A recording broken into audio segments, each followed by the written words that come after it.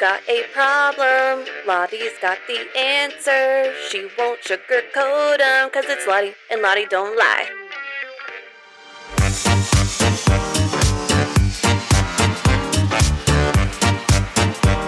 Cause it's Lottie, and Lottie don't lie. Hello to Lottie Don't Lie. It is Samantha. And Melissa. Welcome back. How are you? I'm doing good. It's been a wild couple of weekends over here. How about you? I'm good. I am good. You actually have you had a really fun weekend the other, 2 weekends ago? Yeah, Mother's Day weekend. You guys might remember Vitel. I went to go watch one of her shows, and Melissa couldn't make it, so some of my besties came to support Aria and Brittany and Courtney. And you would think that when all of us get together, some real shit's gonna go down, right? Like we're gonna get into trouble. Well, our first night there, actually, we got into Nashville, we got our nails done, we ate barbecue, and then we just looked at each other and we're like, let's get matching tattoos.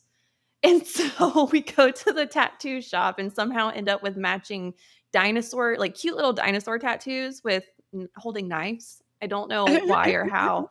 They were just like, "What are dinosaurs? That's what we should do." And we were all sober. We did not have any alcohol when this Whose idea was it occurred. to get a murder dinosaur? And what was the reason behind it? They were just hardcore, like, "Murder dinosaur, it's so cute, it's so funny," and I'm like, my thought is more of like, how about 2 of us get a slice of bread, like a cartoon, with arms and legs, and one get a jar of peanut butter and one get a jar of jelly, and we can be like peanut butter jelly sandwiches, and I was like, "That sounds fun and cute," and they're like, "Murder dinosaurs." I'm like, "Okay." I like what So I have Courtney a did. Yes, yeah. Courtney, because she works in the school system, she, instead of a knife, has a flower, and I was like, fuck. I mean, I was sober. Why didn't I think to put a freaking microphone on my dinosaur, like, instead of a knife? Like, That would I have don't been so cute. I don't know what I was thinking. And then after we got our matching tattoos, we got back to our apartment at 10 PM. We literally snuggled under our blankets in the living room and all read books until we fell asleep, and that was our first night in Nashville. But the That's next nice. day, I'm not gonna share quite what we got into, but we got into something and we came back to the room. We were like, "What the fuck did we just do?" And we had a few drinks, and then we just look around the room at each other, and I go, "I'm gonna go get my nipples pierced." And so we all, with little shots in our purse, go across the street, and we all get our nipples pierced. And that was Nashville. Matching tattoos Sam and came matching nipple Sam came piercings. home and her and Courtney called me on the way home, and she's like, "So would you have done it, Melissa?" And I was like, "Absolutely not." Oh, you would have. You would have, especially if you No. went to the what the My fuck show that nipple? we went to. I wouldn't.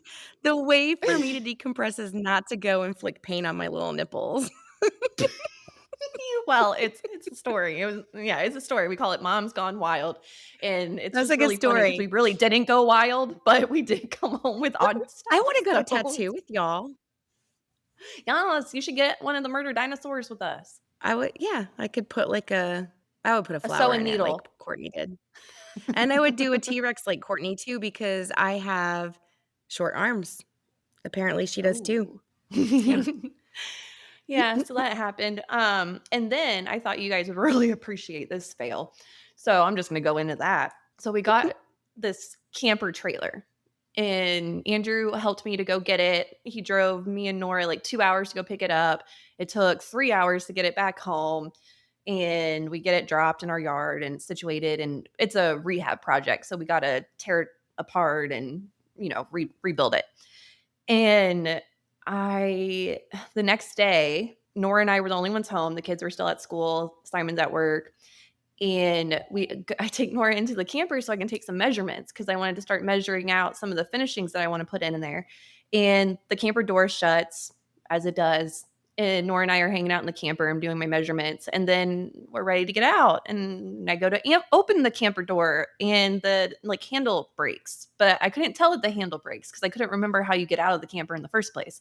And so I'm sitting here just aimlessly wiggling all these notches and turning all these things and pulling on all the things on the door. And I'm like, what the hell? It won't open. And so then Nora starts freaking out. And I'm like, it's fine. It's fine. This is adventure. It's fine.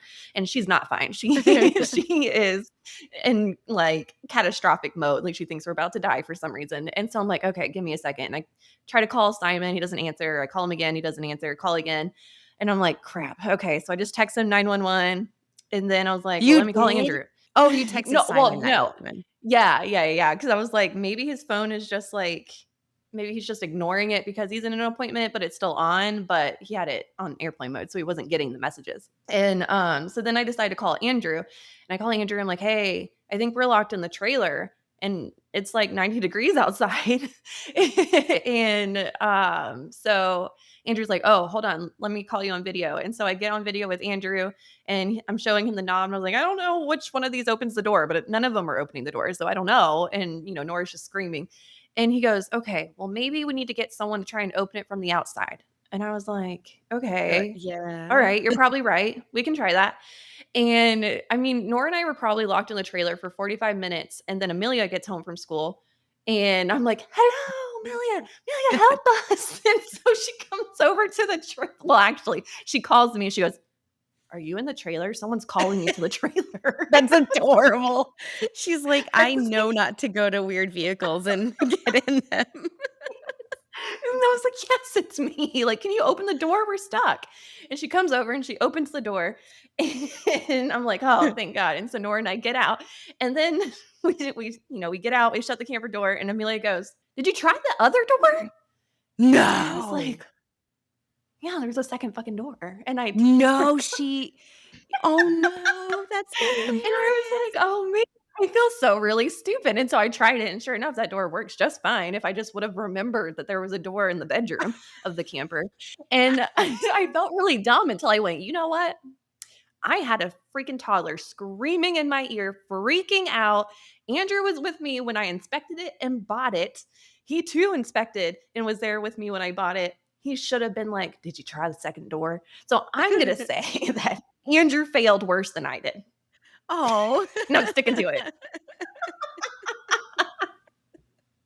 Wow, that's a good story, Amelia.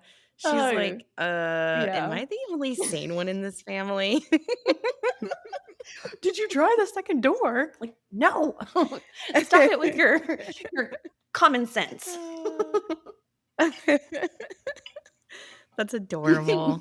Melissa, I know that you had an unfortunate event, but it's really important to share because it would be so Yeah. helpful, especially since we have conversations around safety, Yes. about domestic violence and stuff. And it's really not even a fail on you, but I feel like it's a fail in general that's really important. Yeah. So, as you guys know, a I filed for divorce. My attorney told me that she would, as soon as the judge signed the papers, the guy who is supposed to serve Brett was supposed to call me and say, "Hey, I'm serving him this day, this time," so that I would know what's going on. And I had planned this whole time, like, to give Brett a heads up because I think, one, it's only fair to not, like, have to be sideswiped with something like that, and he is kind Mhm. of in a very emotional and sensitive state since I've left, and I didn't want to surprise him with it, so I was gonna be like, "Hey, in the next couple days, you're gonna be served with I filed for divorce." So, suddenly one night this week, I get a text from Brett, and he's just really, really, really upset, saying some pretty awful things, and then he says, "I just got the divorce thing, and now I have to spend tons of money to figure out how much you're gonna, like, try to screw me over with." And I was just like, "Wait, what is going on?" And it was late at night, and so I didn't respond yet because I wanted to talk to my attorney first. So I called her the next day first thing, and she's like, we're waiting on the judge to sign the paper still. So, like, I can promise you we did not serve him." And so I texted Brett back and I was just like, "What are you talking about?" He said, "I got the divorce thing." And I was like, "What divorce thing?" And he just kind of was being he was being very elusive. And so then Mhm. finally it came out that some attorney that was looking for a buck I guess goes on the state website, like, and you have to make an account to, like, go on there, it's a thing, and he looks at all the people who have recently filed, and he goes and contacts their exes. I Mm. think it's disgusting. It really, really Yeah. upset me because, like, what if I was in a situation where I wasn't out of the home and he was abusive? I'm gonna say Brett is not physically abusive and never has been to me, but, it's just ridiculous that somebody it's like a freaking ambulance chaser would go and do something like that just to make some money. He knows that Brett's in a volatile state probably, all the people that he contacts, he knows that, and he knows, like, if he can, like, stir them up and get them all worried and scared, he can make money, so I'm pretty upset. It is Memorial Weekend, so happy Memorial Day, everybody. So I'm waiting Yeah. till yeah, tomorrow, Tuesday, to call the attorney and just give her a heads up, and I feel like something like that should be illegal. I Oh, really for do. sure. Because Um I mean, we do a lot of work with domestic violence, I feel like, and a lot of, acknowledgement towards it, and why I've never heard that you filed for divorce and someone could find out and then contact the person you're filing Right. against. Like, that could be so dangerous for someone. Yeah, it could. I mean, he's a lawyer, so he should know the rules, so I guess it's not illegal. That's a Right. joke. That's a joke. So I'm gonna talk to her tomorrow and just see, like, if there's anything I can do. And what would a woman do if she's wanting to file now she's even more scared to Right. because something like this could Mhm. happen. So I'll come Well, I back with do a know that your attorney wants to be on the podcast, so maybe we can have her on and talk about this situation a little bit. yeah, Not your definitely. situation, but, like, that type of situation Yeah, and, like, absolutely, yeah, 100%. Oh, yeah, she's seen some things. She's been doing this for yeah, years. But, yeah, we'll find out. I'll get some more information and come back, um, yeah, for sure. to the pod. So, yeah, that happened. Fun stuff. Well, at least we can hopefully help someone with it, so Yeah, keep someone we'll safe. see. Today is our last episode for Mental Health Awareness Month, and It it is your story. it is. I'm a little nervous because I haven't heard it at all since we recorded. I didn't have a super big plan when I went in on how to tell the story. I think actually, speaking of fails, I think my fail probably was that I had told you, Sam, that I wanted to talk about my miscarriages, but I didn't really talk to you about how I also wanted to talk about my whole mental health journey. And so I feel like you thought I was jumping around a little bit. You were worried about time, which I freaked you out about time because I didn't get to the one part of the story in time. And so I don't know how it's gonna come across as the recording, guys. I don't know. I feel like we're gonna find out together. Well, you know what? Isn't, Tell like, me. don't most of us have, like, ADHD and anxiety and stuff? And I feel like this is It's a true. perfect depiction of what it may end up being. Like, and that's also mental health. Well, thank you. Thank you. Thank you for that. And also, I That's forgot to say me we being had the paranoid of, like, "Wait, wait, we gotta be on time." And, my little oh, tick, tick, tick. you're talking about you? No, no, Yeah, you and were then you're good. I mean, you were like, "Are we gonna tell the things she came here to tell?" And I was like, "Well, wait, I really wanted to tell everything." And so it was just failed communication on my part. But also, I wanted to point out I'm very excited because we have the glorious and not elusive, we talk about her every month, every week, every Melissa Walker every day Yep, she joins joined us us on the again. podcast because yeah, she's been through a lot of my past with me and seen it happen. So I just kinda wanted that, like, extra support to help me tell my story. And, And it was really cool then that she's also the it is cool to hear her, like, back of it. so, yeah, and it was cool because there was a couple times when or at least once that she said something, I was like, "Oh, I don't remember it. I did not remember it that way." And then also getting her therapeutic insight. She didn't therapize me because that wouldn't be ethical, but she definitely Yeah. had some insight and some helps for people going through some of the same stuff, so What's also, like, interesting is that after my episode oop, I can hear a toddler. After my episode came out, cutest Simon listened toddler. to it, and, he actually came to me after he listened to it, and he had gotten really emotional, and he was like, "You" it's he was like, it's crazy, not crazy. He said it was interesting to hear me give my recollections of what had happened. And he was just really emotional because he was like, that's not even the half of it. He was like, Right. you don't, he's like, it's crazy what you don't remember. I mean, I understand what you don't remember. And he was like, it was devastating. It was a Or lot. It was traumatic. hard. Yeah, traumatic. Yeah. And he was like, it was very traumatic. And you did not depict it as traumatic as it was. And I was like, well, I really try to just say what I remember.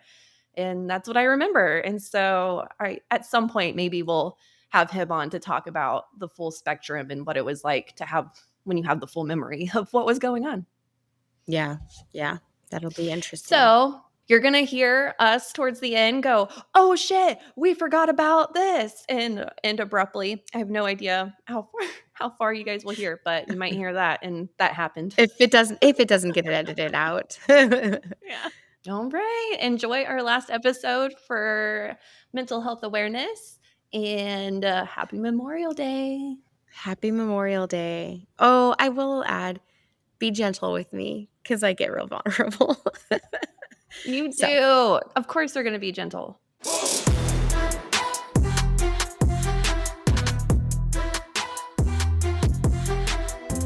All right. So, do you want to remind everyone who we have with us today? yes, I do. It is the one and only Melissa Walker. Not the one that we mention in every episode. Yeah. Oh, that's right. It's like, oh no.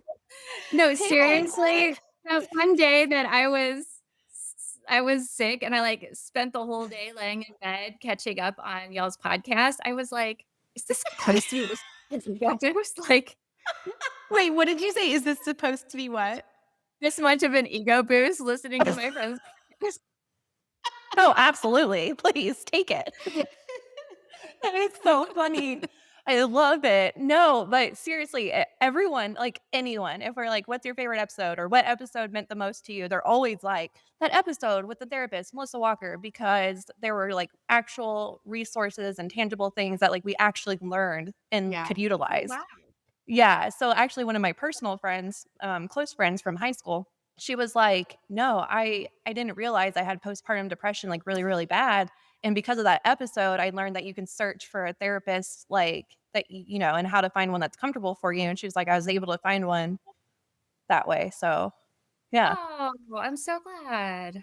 yeah, Good. Yeah. I mean, not yay for the postpartum, but yay that she was able to hmm because Totally. that's one of the things that mental health is like this big ambiguous thing and people hear about therapy, but there are all these like misconceptions yeah. and every TV show ever has terrible portrayals of unethical, poor therapists, and when they're good, they turn out to be the villain.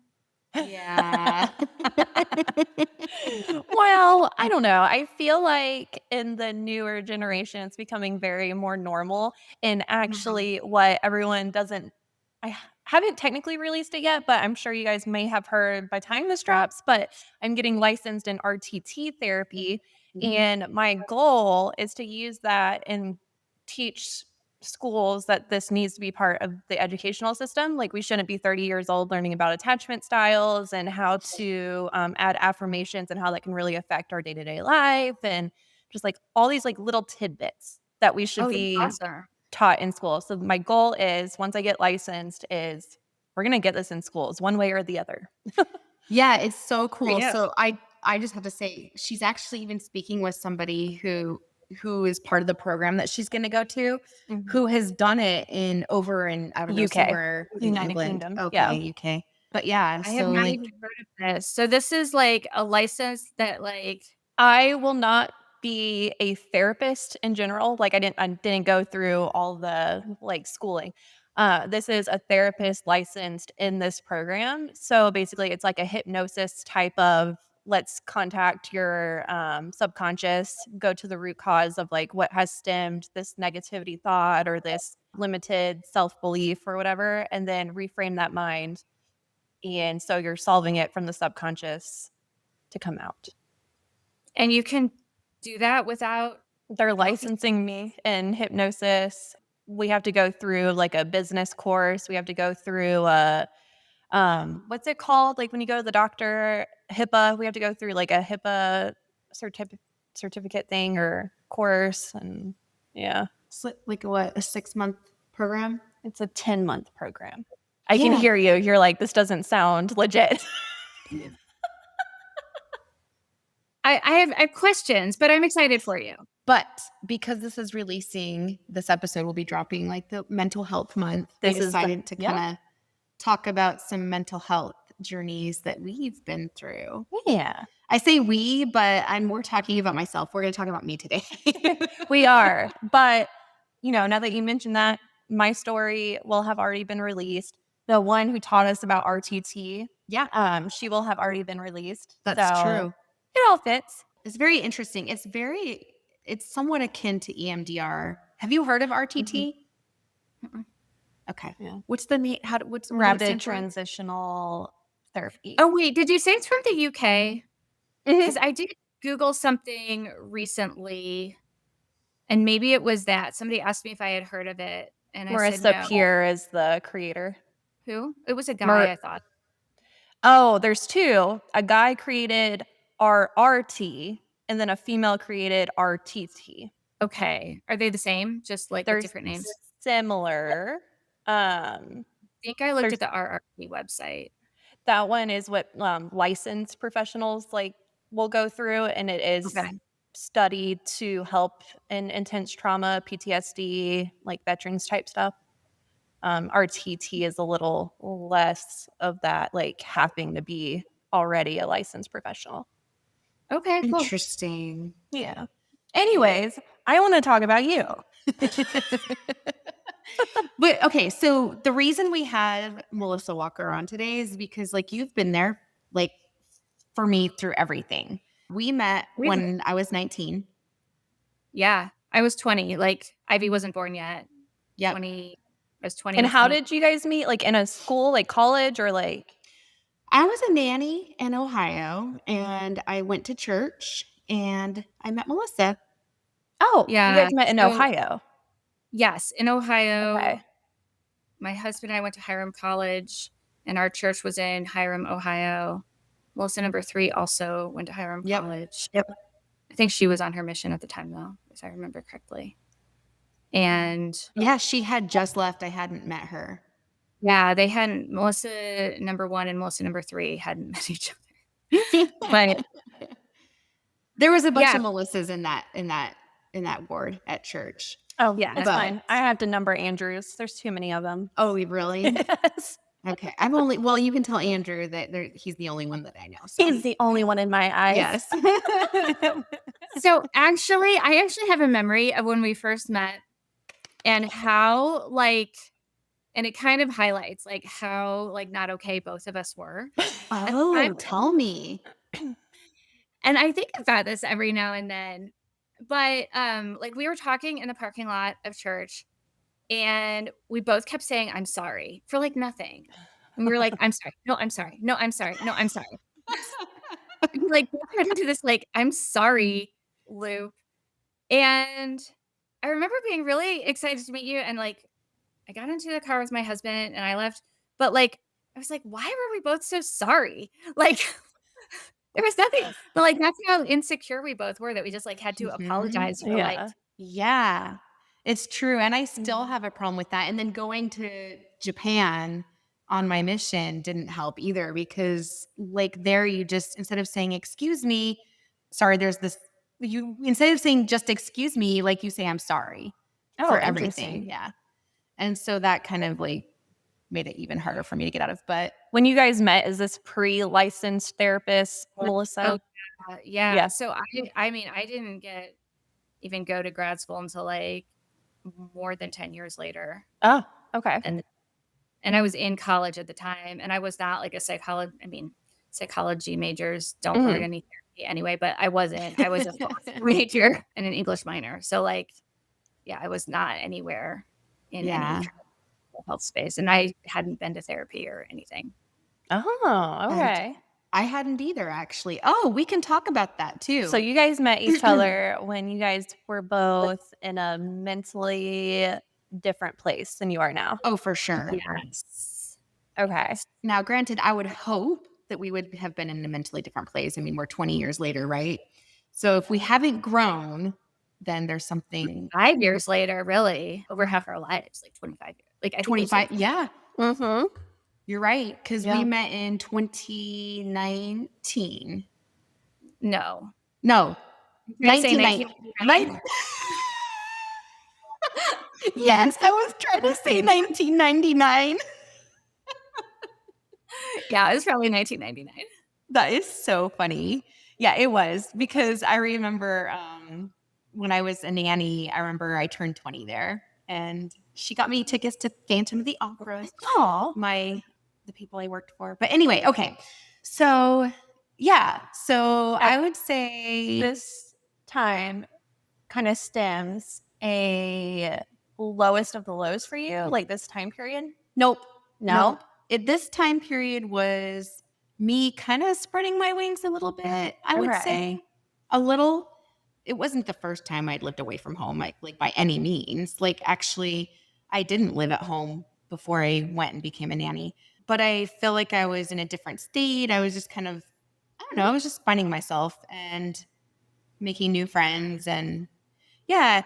But I don't think I realized the effect that like growing up the way that I did maybe had on me, if that makes sense. I think I was still in that like phase of thinking there wasn't anything to work. Like it didn't even enter my mind. It never entered That my there mind. was like a different type of lifestyle? Yeah, or Okay. that I would need therapy one day. Yeah. Okay. So what stemmed you into needing therapy? Okay. When I was 21, I ended up going on a mission for the church. Was this Japan? Yep. Okay. And it was in Japan. And I was having like a really, really hard time emotionally, I guess you could say. And so when you're over like on a mission, there's this one person who's in charge of all of the young missionaries, and he was the mission president. And I was meeting with him once, and he's like, I really just would like you to meet with the mission doctor. And he was a psychiatrist. No. Huh? Psychiatrist. I always say I'm wrong. Thanks, Melissa. Psychiatrist. Yeah. He was a psychiatrist. And I was just like, I don't believe in therapy. Like we grew up, my dad was like, okay, this is not good. But we found out my grandpa was on Prozac and we all made fun of him. Oh, I know, because it's like, it's mind over matter. And there's, oh, boo hoo, why are you so upset? Like your life's not that hard. Anyway, so I just was kind of like, no, I'm not going to go see the doctor. And he's like, well, I wish you would, because you have like, the only thing I remember him saying is you take everything on as if everything's your fault, things that you can't control. It's like, I just need you to go talk to this guy. So I went in there and I remember sitting down. The first thing I said is, I don't want to be here. I'm only here because President Graves told me to come. yeah. And he was like, oh, well, I'm really glad that you decided to listen to him, that you have so much respect for him. He was very nice to me. But he basically just started asking me a bunch of questions about myself and how I grew up. And I remember just sitting with him for probably a couple hours and then just bawling at the end. And I remember him saying, well, let's put you on some medicine for your anxiety and depression. I remember him saying, you've probably been dealing and struggling with this stuff since you were in your early teens. Yeah, it was very weird for me. I was humiliated because I felt like there was something wrong with me. I remember they had to call my parents and tell them that I was going on medication because it's just a lot of rules and stuff. And so they told my parents. I remember like begging them not to call them. Yeah, as an adult, that is embarrassing. You should. Actually, yeah, now that I think about it. Yeah. It's sketchy now that No. And the Wait a HIPAA, right? minute. This breaks HIPAA, right? one. I mean, you were 21 or 22, Yeah. like sketchy. Okay, you're right. But at the But time, I mean, it was Japan, but still, wasn't there HIPAA? I don't know. There might. Now I don't that know I'm when thinking HIPAA about went into effect. It might have been after that. HIPAA It's is funny a little bit on because, the like, it's news. the first time I've ever even thought that that wasn't okay. Yeah, I no, guess I just was like, no, like you're the church, they own you while you're on a mission. They don't, but I don't They know. I kind guess of I just felt like, do. yeah, I mean, like, psychologically, like, yeah, some yeah, people have good experiences on their missions. A lot of people have bad yeah. experiences on their missions. yeah. And I'll say I did have a good experience. Like, honestly, if it weren't for President Graves, I wouldn't probably be where I am today. And So again, this is pre Melissa Walker being licensed. pre Melissa Walker being Oh, licensed, very you wrote me far. letters in Japan. I wish I Aw. go. I should go try to find some. That's fun. I know we did, but, like, I don't remember.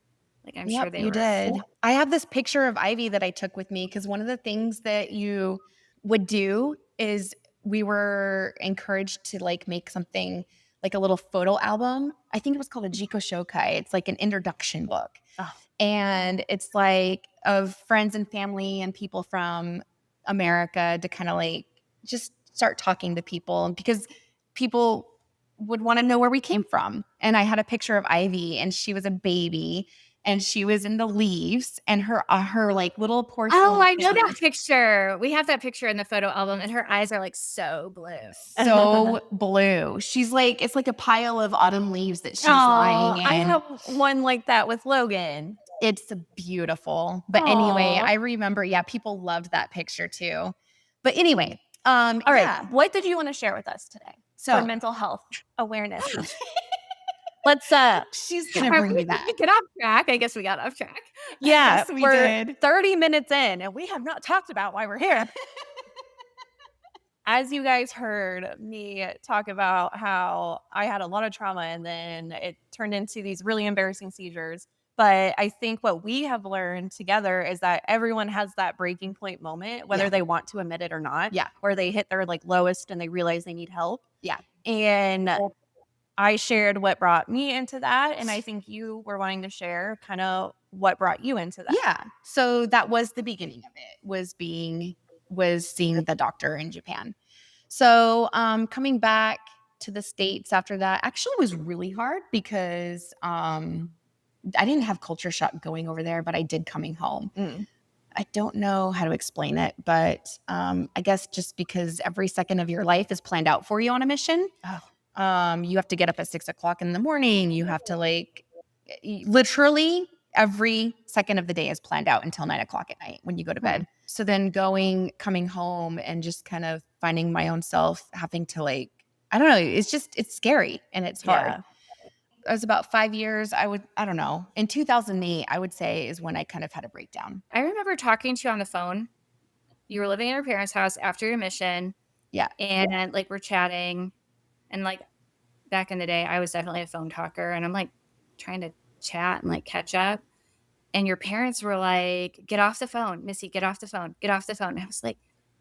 And I was like, what? Like, why aren't you allowed to talk on the phone? And you're like, I have to go. My parents don't like it when I'm on the phone.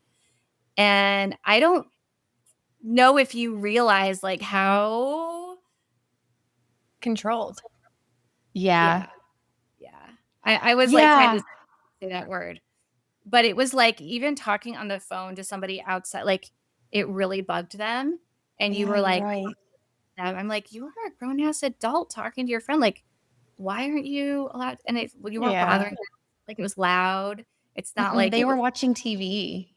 It's not like they needed to make a phone call. It's not like you were tying up the line. It was just like and I didn't understand it at the time because this was all pre going to grad school. But now I look back at that and I'm like at the time I was like, oh shit. And like looking back, I'm like, Yeah. that speaks volumes. Yeah, no, that would give you like that feeling of being an inconvenience. I feel like setting that into you. Yeah, for sure. Wow, interesting. Because yeah, you're right. Even to this day, I hadn't really thought of it that much. But you're right. It was just a lot of, I guess control is the best word. I don't know. But yeah. So then I remember I ended up moving out and a lot of things transpired. Like I was working at a dental lab. I don't remember what exactly set me off, but I wasn't getting like actual therapy. I was just I guess you could say, medicated, because I still stayed medicated after I got off the mission. Okay. But then I remember things transpired. I remember walking out on my job, and then I remember dating somebody that made me feel used, I guess you could say. And I don't know, I'm trying to think of what else was going on in my life at that time that would have like spiraled me. But basically, I just spiraled and I didn't want to be alive anymore. And so I did try to unalive myself. And I ended up in the hospital drinking charcoal and have them making me throw up. And then because I lived in South Carolina, they have laws there where you have to be admitted. I think that's everywhere. Is that everywhere? No. Nope. Yeah. I know I've talked to so many people who have been hospitalized for attempts who did not receive mental health treatment. And I think that almost always, if you've made an attempt, you probably need Should get admitted. intensive outpatient or something. But like, Yeah. you're in Texas, and different states have different laws. So sometimes, like, you can, like, if you voluntarily go and you sign yourself in, cool. But if you don't voluntarily sign yourself in some states, you have to go. And some states, if it's not voluntary, that means handcuffs. I don't, all the states are different. And even it can be different from county to county in some states. So then what was your experience? Okay. I'm actually glad you're talking because it gave me a second to kind of think. Yeah. So I ended up being hospitalized that night. I went off in the ambulance. And because of the rules and the laws, state laws, I had to stay in the hospital it was about a week actually, because there was nothing open in the like state run institution. Like they didn't have space. They didn't have space. Oh, okay. And so I had to stay in the hospital for about a week. I remember friends coming to visit me while I was there. And and I also remember, just a side note, I remember one of the biggest things that actually did kind of set me off. I really had a lot of self-loathing. And I just remembered part of it was because of that guy I was dating, and I felt like I was being used. And at the same time, though, I did have premarital sex, and I was disfellowshipped from the church. And so that made me feel like I was a really, really awful person because growing up, that was my identity. Yeah. One thing, I don't know if it was, I don't know, like, if it was that person or if it was there was something that happened during that time though, that you really put on yourself. And we were talking about it years later, I think, when you were living with us before I was a therapist. And I was like, that thing that happened wasn't your fault. And you're like, no, it was because of da da da da da. And I'm like, no, that wasn't your fault. And you're like, no, it was my fault. And I kind of argued with you. And unfortunately, I've had that argument with people since. What thing was it? Remind me. Non-consensual. Oh, yeah.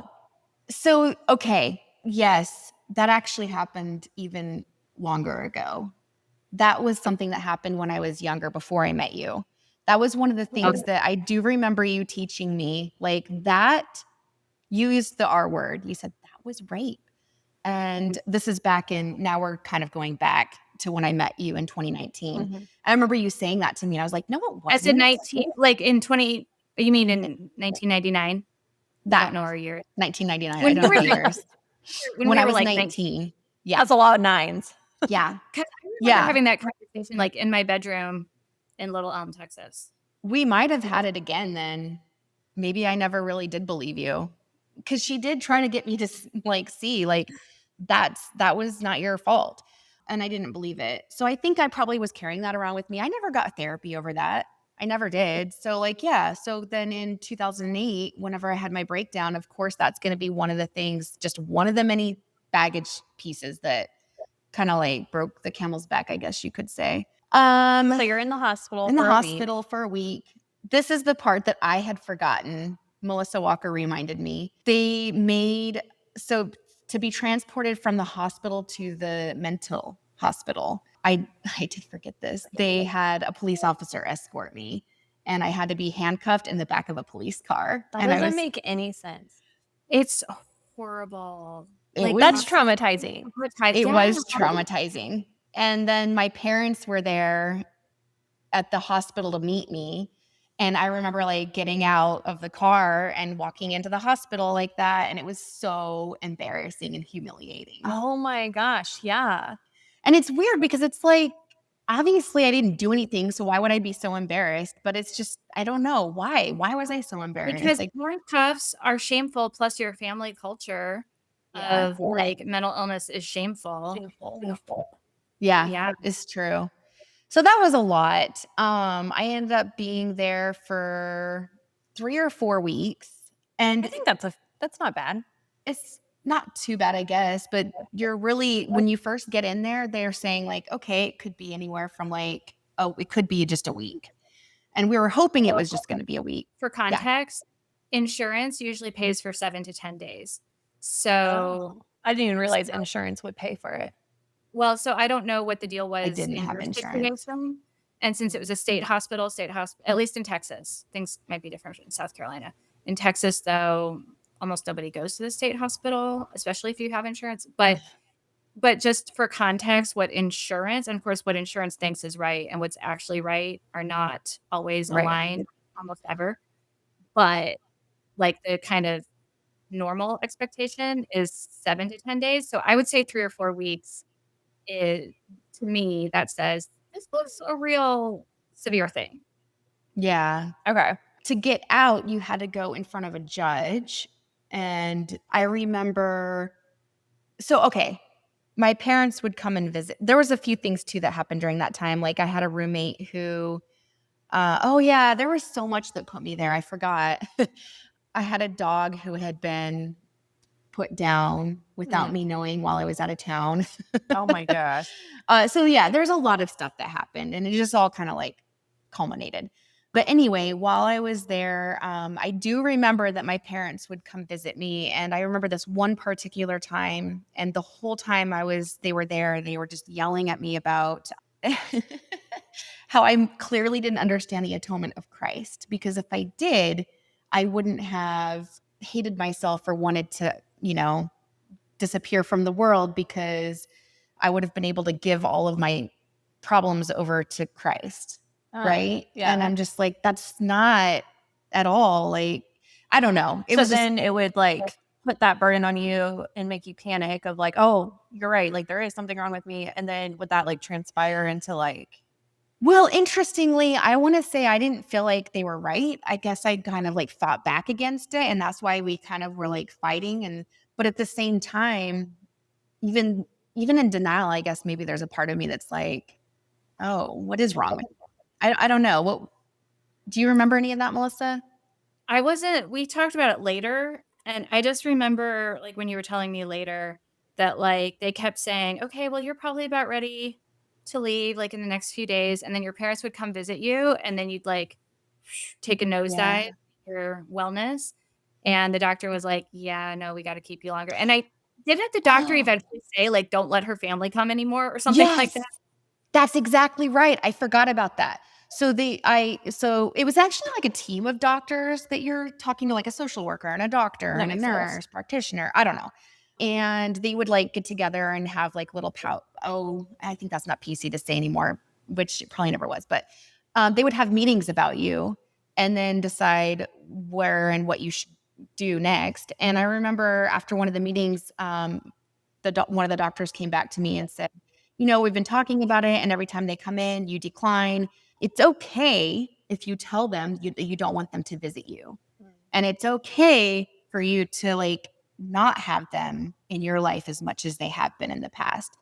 And that was hard for me but it was a person of authority, I guess, telling me. And so I felt like, okay, yeah, I guess I can do it. I remember that they even had said, if you don't, they don't have to be there when you go in front of the judge. Like you don't have to have them there. And that was a really big decision for me to make too, because they're they were already expecting mad to be at there. you, and now you're saying don't show up. Yeah, exactly.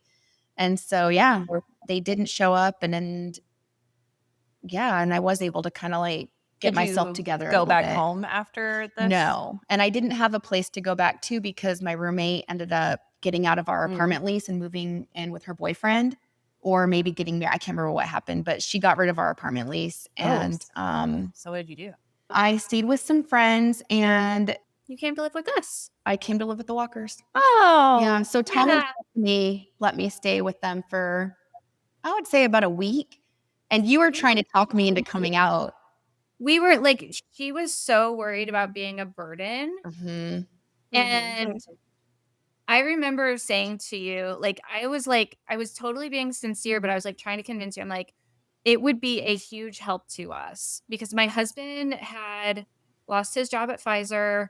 We were like trying to do this startup business. I was trying to like work, but the kids were little and like there's no way that like without any work experience I could make enough money to pay for daycare for two little kids. Like it just was, so we were like, honestly, like having somebody to help with the kids, help with the business would be the biggest help in the world to us. You would be doing us a favor. And while like, you're getting back on your feet. and I mean, it was true. And also we were very happy to be like we knew that we could like be a safe place. Yeah. Honestly, it was very safe. I feel like I learned so much at that time. And I know I wasn't easy to live with. There was times when like I would just disappear into the room. And I don't think Actually, you were easy to live with. And Was if I? I had because you were Well, like overly accommodating. But there were probably like the couple of times that we had like a couple of like disagreements. I definitely feel like I was the bitch on both of those. I don't even remember. I only remember one thing, and that was because you reminded me of it. But anyway, So you got back on your feet by Yeah. living with them. but I was able to like watch them with Ethan and Ivy and just kind of see like one of the biggest things that Something I healthy. learned there, see something healthy. One of the biggest things, and it seems so small, that I learned was people are more important than things. And I remember like that blew my mind. Like you could break a dish and you were still more important than getting mad about the dish being broken. Or like you could probably wreck a car and it was still That is so funny. I think I had to learn that like later in life too. Like Yeah. if we got like a drop of spaghetti sauce like on the carpet, Yep. it was like, oh my gosh, am I about to die now? Yeah. And like getting to the point of like, I think I was hard on the kids for a while of like, you just got a spot on the carpet. Now I have to clean it. And now I'm like, it's okay. Yeah. It's like, let's just drop the spaghetti on the floor. Like, it's okay. We're going to Yeah. fix it. Exactly. And the other thing I remember about that time, I really, really wanted a dog. And Melissa was like, well, get a dog. And I was like, what? But in your house? Because I wouldn't want it to be outside. We didn't She's have like, any pets at that obviously. time. Yeah. Like it wasn't like that. Like we were like not like the kids were little. I don't think we even had the bunnies. Like we didn't. No, you didn't. We had no pets at that time. So Yeah. you know, going from like no pets to a dog, it's a bit of a transition. But the Did kids this were enter Waverly? It was Waverly. yeah, and the kids like all of us love Waverly, but like the kids were like so Aw. excited. Yeah, We they love were so Waverly. sweet with her. Oh, one very important thing that we forgot to say is you had one rule when I came to live with you. Do you remember it? I think it was you're not allowed to try to kill yourself because it would traumatize my kids. Pretty much. Two Ah. rules. Okay. Get therapy. Was okay. Yeah, my only concern, and it was a real concern, was like my kids are going to be attached to you, Yep. and if like you attempt again, they're going to know about it and it's going to affect them. And so like I have to protect my kids from being traumatized by that.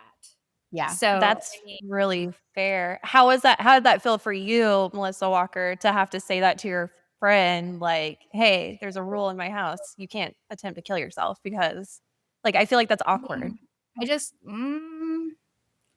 felt like I'm Kids come very first. happy with this thing, but like my first responsibility is to my kids, and like that I'm not like, And I understand that. yeah. No, So I love that you were like brave enough to just like, protect your kids first. Cause I feel like if I was in this situation, I would just in my head be like, okay, this is going to be really traumatizing if this happens. Let's just hope it doesn't happen. And like, instead of like getting in front of it and just being like, to be clear. That's another thing I learned from Melissa Walker, and it's been a huge boon on my mental health journey is communication. One of the things I remember you always kind of saying is like, you can't be mad about something that you never voiced was bothering you, right? And I remember, like, yes, you can be, I guess, but I remember you being very like, hey, we talk about things in this family. Well, you can, like, your feelings are always valid, but like if I don't know something, like you got to tell me, and then if I don't do it, then you can be mad. But like, You can't fix what you don't know. yeah, Exactly. So she's always been really good about that. And I would say, so being able to get there. So immediately I had to go. I went and found a therapist. Not really. And did this feel like more comfortable to you than the first time you saw a therapist, or? Yeah. So the first time it was like we had that one big long talk and then it was medication. And that's pretty much all it was. Okay. I hadn't actually had like the first time I had like real therapy was in the hospital, I guess. Okay. And there was a lot of CBT in there, Okay. cognitive behavioral therapy, which actually it worked for me at the time. It was very, here's the flaws in your thinking. And I'm like, I'm not flawed. And then I'm like, oh yeah, that is flawed. Fine. But yeah, so I forgot where I was going. You immediately found a therapist. Okay. So what I ended up having to do is I didn't have insurance. I didn't have any money. So I went over and found, like, I think you might have Googled it for me, Melissa. Like there was some state. like MHMR. Did you go to? I think you went to MHMR. Yes, actually. I bet you're right. I did. What does that stand for? So this is funny. It used to stand for, like back in the day, it stood for mental health, mental retardation. But since it's not a thing anymore, they like changed all of their stuff that it's just MHMR. But it's the state mental health. Well, it's the if I ever win it $1 trillion, I'm gonna redo Texas's state mental health. But yeah, it's underfunded, but it's the like state paid for, Medicaid paid for mental health. I remember going and sitting in this lobby, and it was almost like the DMV. You're just sitting there with like tons of people, and you're pulling a number. Underfunded. It's super. It's and it's like where all the people who don't have money and have severe mental illness go. So like it doesn't. It's a really good program, but like it's trying. Yeah, I remember going. Every time I went, I would meet with a different therapist, and every time I went, it was like you have to tell your whole life story again. Absolutely not. It was not amazing, I'll be honest, but it did keep me on medication. I'm just gonna say, thank goodness that we have it, because even if it's not the end all be all and it's not the true fix, it's enough to help you like make space. Calm down enough to work on yourself, I would say. Yeah. That's how I feel about it too. Yeah. I remember that first day I went, somebody actually, they just kind of like, I just remember going through and meeting with now you're going to go down the hall and talk to this person and then this person. And in the end, somehow, somewhere, someone there signed me up for disability. Oh, really? Yeah. Because I couldn't work. Like I was living with my friends, And so I remember being really ashamed about that too. But they kept saying, no, this is what it's for. This is what it's for. It's for people to get back on their feet. And so I was on disability for a while and getting help and slowly trying to grow and become more healthy. And, but I would say it was a long road, because then in that time, I would say I met and married my ex-husband, who had his own issues. Did you meet him like where you guys were living together? Or in Texas? Yeah. So I met him through a friend that we went to church with. It was her brother. Oh, okay. So you and Melissa Walker were still Mormon. Yes. Mm-hmm. Oh, okay. Yeah. And so then this guy was from Brazil, and then he was nice, and even to this day, I'm like seeing things not clearly still, but have tons of red flags. Like, I have, like, a couple of, like, pink flags about him, but I didn't have, like, a ton of huge red flags about him. Yeah, same. Okay. That's a fair sign. Yeah, But but the truth is he was bipolar. He had a really like what's the word? Like tumultuous past and background. And he was dealing with his own things. And I just don't think that you want to be in a relationship with anyone until your own shit is figured out. yeah.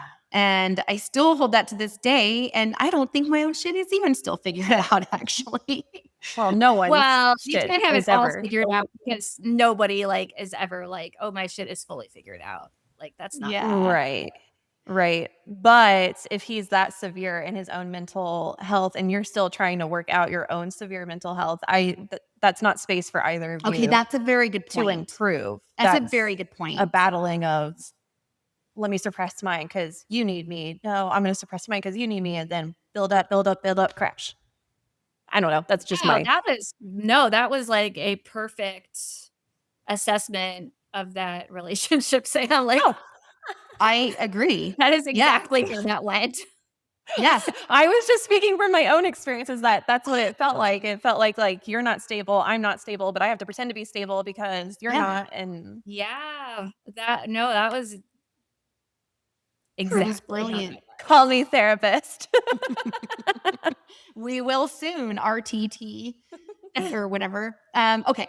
So then we had like an issue where so this is the meat that Sam wants me to get to. This is what leads to the part that you technically wanted to talk about. I didn't know about what we just talked about. I Yeah. did not know about that. You and Yeah. Melissa Walker. Yeah. So basically Vincent and I found out that we were pregnant because I was in a car accident.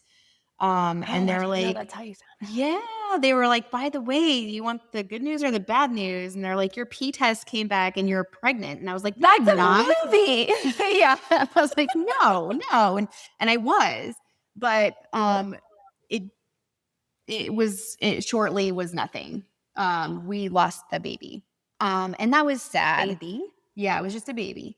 And so then I didn't realize that there were. yeah. So from there, we kind of were like, oh, wow, this wasn't really on our radar. Like, I guess we kind of like knew we weren't trying not to have children, but I don't know. It was kind of like, well, now let's have a baby. I don't know.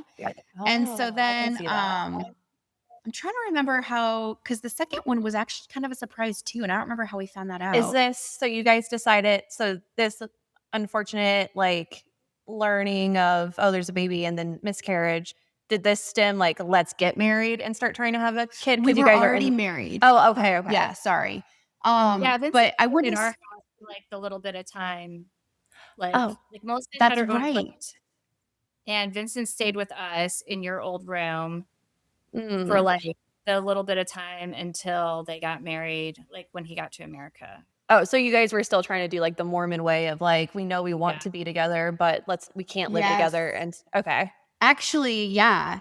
But Yeah. then we didn't do a very good job at it. And he came and he stayed at the apartment with me. And then Shameful. Then the bishop, no, it is. And then the bishop, when we went and spoke to him because we wanted him to marry us, was like, well, right. he goes, you guys need, and he was really nice. And so it's like hard for me to like, Yeah. because this is kind of messed up. But he basically said, you guys are living in sin. You need to move your wedding up and get married like pronto. Because we wanted to get married like in a few months before his visa ran out. Right. But we still didn't want to get married like right then. But he's like, you guys need to get married now or I'm going to have to excommunicate you both. And so I was like, okay. So we ended up getting married really fast, which was not ideal. And I do think that if I hadn't got married right away. An awesome, fast, almost free wedding, though. It was I know. gorgeous. She bought And my it- wedding dress.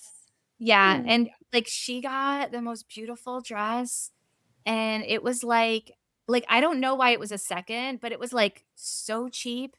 It was gorgeous, and like everything was beautiful. Like we did the most awesome, fast, almost free That's wedding. true. That's true. Oh, I believe it. But I don't feel in my brain, if you knew that you were going to get married anyways in a couple of months for his visa, and then they're like, no, get married right now. I mean, would that really have changed a whole lot of what? I do think so.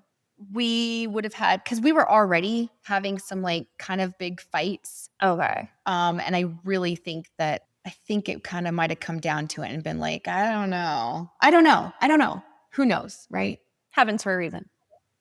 I guess. I don't know. What do you think about that one, Melissa? I hadn't thought of it before, but I do remember you had a big fight the morning of your wedding, and you're like, well, crap, like, are we getting married today or what? And like, I forgot about I don't that. know, but you were like, I don't like, are we getting married? I don't remember what you guys said to each other, but it was mean and nasty. Yeah. Oh, wow. Issues. Yeah. Anyway, so yes, we found out we were pregnant, and then we kind of got excited, like, oh, maybe we could have a baby. And I wouldn't say we like started trying, but it happened Not again. trying to not. Yeah, exactly. But then it was like a little more like, oh, I'm kind of excited Yeah. if this could happen again.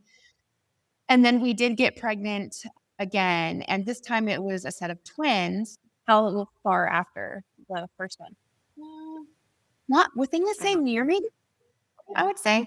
But yeah, so this time it was twins. And I remember going to this, and I was on Medicare because I had disability. I was on disability. So and I remember no doctors wanted to accept the Medicare. And so I just found like this one doctor that finally would see me.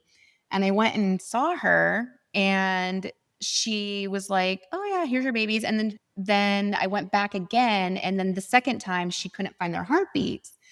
And then she said, oh, well, just come back next week and we'll try again. And I was so naive. I just thought, okay, they're hiding. Yeah, they're small. They're hiding under an organ or something. And so I went back the next week, and she still didn't find them. And she had me go back every week for 5 weeks. What? You don't know that? You don't remember this? And this sounds really incompetent. Like, oh, it gets worse. It gets better. Oh, I can't believe you don't remember this. Well, I'm learning too. Keep going. Okay. So she had me go back every week. Why didn't you do a blood test? Because your hormone levels would have showed it. Right. Yeah. So then I ended up in the emergency room for a DNC, and the doctors there were So like you had a complication, had to go to the hospital, and then they were like, oh, this is what's happening. I think somebody said, I don't remember if I had a complication or if somebody was like, you need to get out of the hospital. This isn't okay. And it might have been you, but I ended up going in, and because somebody's saying like, you could get really sick if you leave those babies in there. And so I went to the emergency room. The doctor there said, who is your doctor? And I told them, and then they came back an hour later and were like, because it was just all day, lots of waiting in a room. Yeah. And they came back and were like, the reason she kept having you come back every week is because she wanted you to pass them naturally. Her license has been revoked. She couldn't do your DNC in a hospital. So, oh, you don't remember this? Melissa's walking. Look at that face. I'm shocked. Yeah. And so so they were pretty upset. I don't know what happened to her after that, but I do remember people being like, you should sue, you should go and do something. And I thought, and I kind of to this day regret that I didn't, but I just didn't want to deal with it. It was just so much. Yeah. And so, but only thing that I regret is the fact that she could still keep doing that to other people. And yeah. Wait, can she? Her license was already revoked, and how has she been practicing? She had a practice. I don't know if she can Medicare without an active license. This is all. I don't know. I don't know. They said, well, okay, so they said her license to do surgeries in the hospital was revoked. So maybe there's different privileges. Maybe it's hospital privileges. Oh, okay, then that's what it was. And so, and I never found out why or anything like that, but they were just like, don't, just stay away from her. Yeah, so I carried my twins till, How far along were you? Not super far. It was 13 weeks.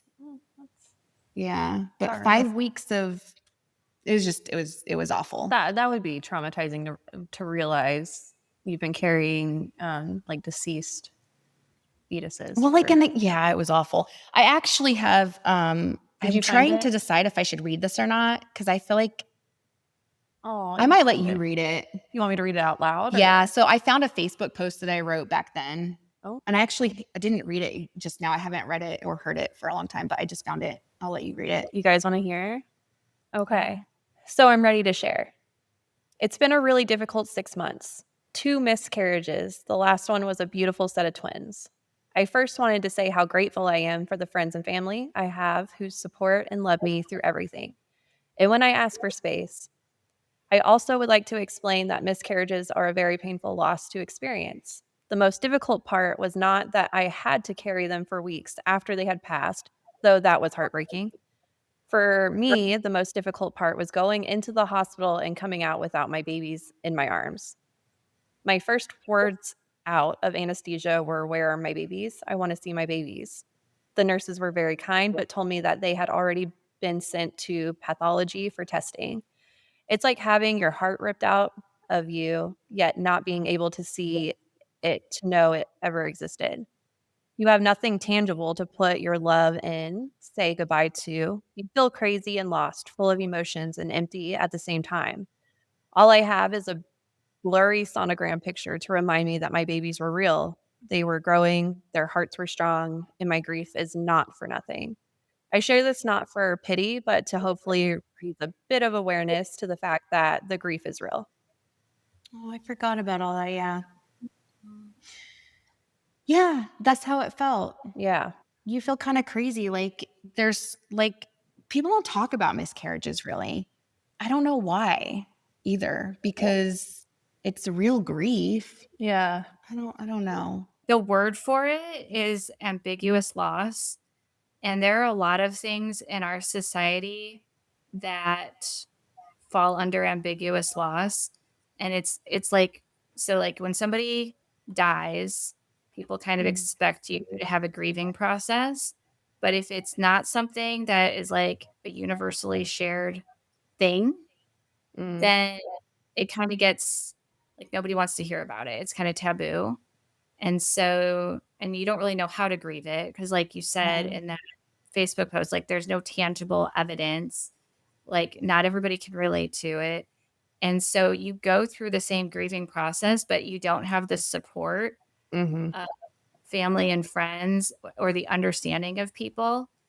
And I mean, that happens with miscarriages a lot. It can happen with even abortions. It can happen with divorces. It can happen with like loss of dreams or like if you lose a limb or become disabled, like all of those things are kind of ambiguous loss things.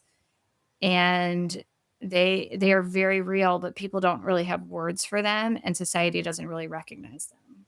Yeah. So it kind of gets swept of like, you'll be fine. Yeah. Mhm. Yeah. Yeah.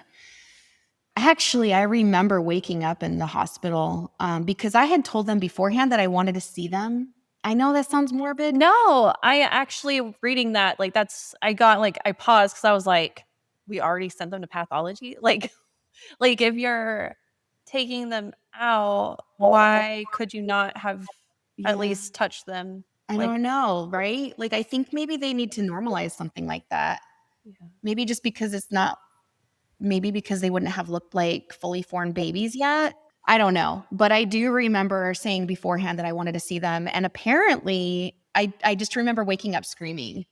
And the nurses were like, I just remember hearing nurses like around me saying, I don't know what to do. This has never happened before.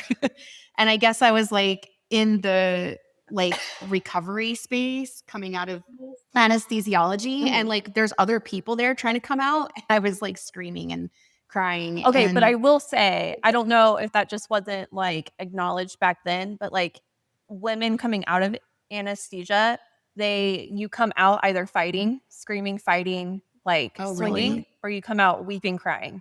Oh, I didn't know that. That's the only time I've ever come out doing anything. Usually I just wake up.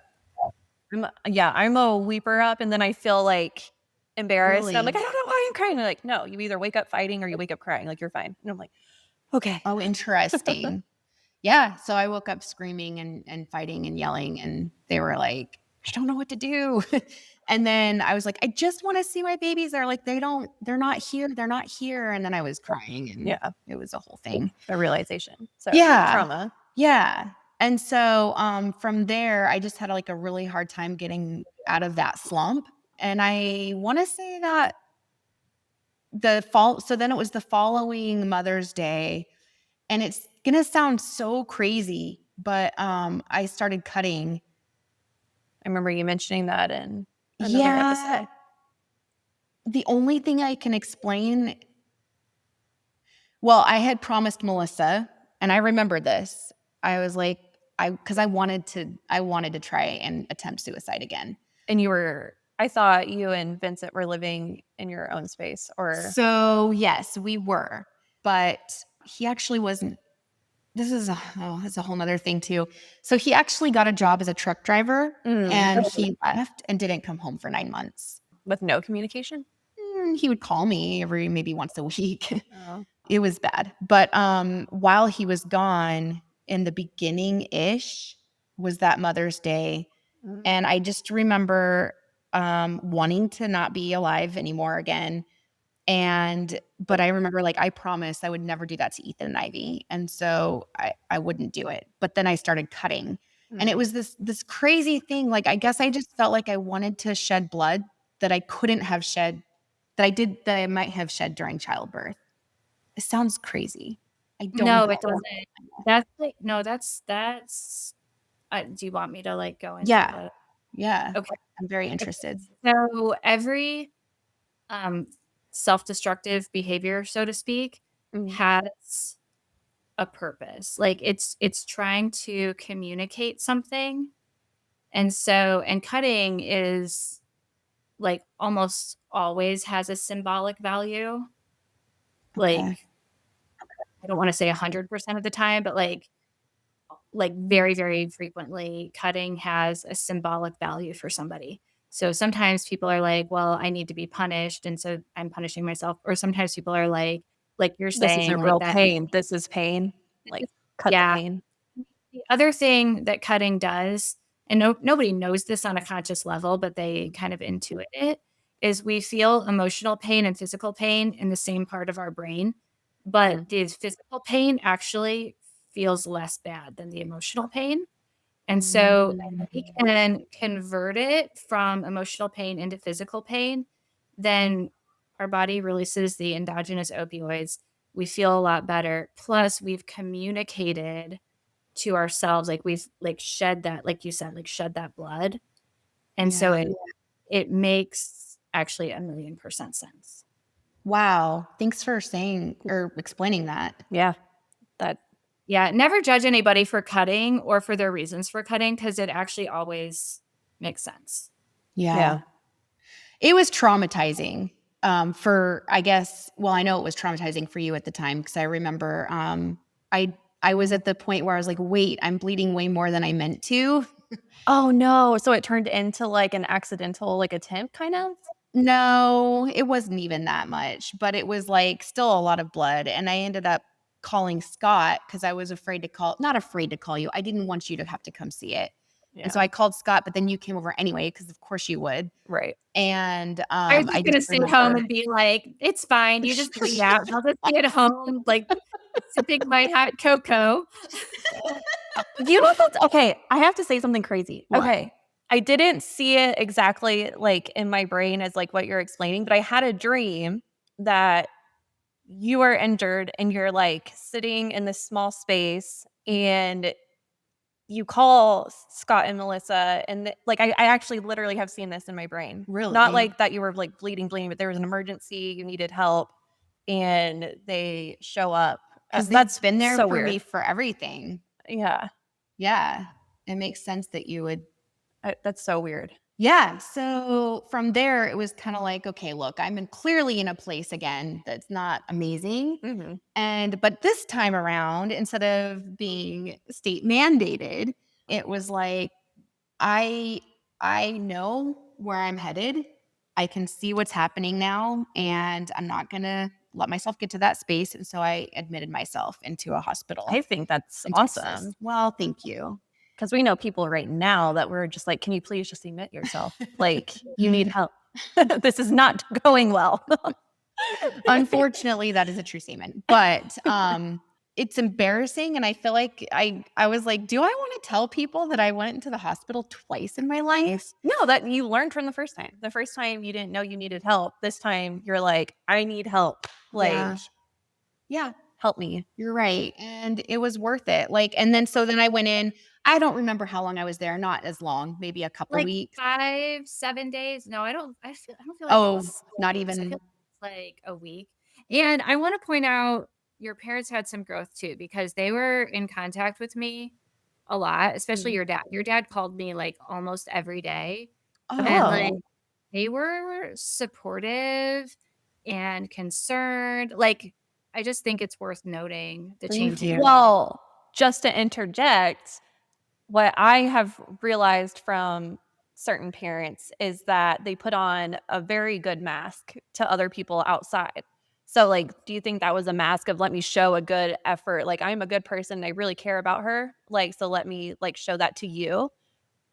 There might have been some of that, but I think I think privately to you, they were still a lot more supportive, weren't they? They were. Oh, Yeah. okay, okay, Yeah, okay. it's true. I remember, so my dad actually over the years, I mean, because this is what we're talking from So that would have been 2020, like I think I 7 was years in later. school, in grad school at that time, right? Like Yeah, so it's probably like 2013, 2014 yeah, at that Okay. point. yeah. Yeah, I bet like early 2014. Actually, when was that Facebook post? Yeah, Yeah. 2015. It was 2015. Okay, so I Yeah. was out of school and like a baby practitioner. Yep. Yep. So this is baby practice for you. Yeah. I was just helping her out. Okay, funny, not funny. Yeah, so it's just one of those things. It's like, wow. But then, but I know there's people who have met me that wouldn't have guessed that. Mm-mm. So I guess it's worth sharing and just saying, like, it's okay to be vulnerable. It's okay to admit that you're in a bad place, Mhm. and we can't always get out of that place by ourselves. Actually, I don't think we really can. I think that we're meant to be, we're a societal people. As we've learned in other seasons, like we are all a part of each other. So it's like we have to all support each other Yeah. to be Yeah. healthy. I think so. But like you mentioned in the first episode of this season, you are going through a tough time right now. You are going through a divorce. Yeah. And I feel like that could have been a traumatizing stem of your past and that you could have spiraled out and just just had maybe another episode. But I will like, you have been so, this is not me, like on me, like this is a you problem. And like, so obviously those experiences have taught you like what is personal, like you, and what is Right. not a you problem. And you've Right. been like very, this isn't a me problem. This is, you got to figure out your shit. I'm going to figure out my shit. So I'm going to like, but no, but like that's growth, right? Like knowing that I am better than this time around, and you've been able to handle it with the support of your friends, and you feel comfortable with that. Yeah. I would say thank you. um, yeah. I am talking to a doctor every month. As you should. I do too. I'm gonna start seeing a therapist again, but I'm not gonna do EMDR this time. Only because I feel like last time I did it, sometimes it can pull up a lot. Yeah. I don't know. I wonder what you would think about that, Melissa. Well, I don't think you have to do EMDR. I do think I think it would be good if you saw somebody who does Brain trauma. spotting.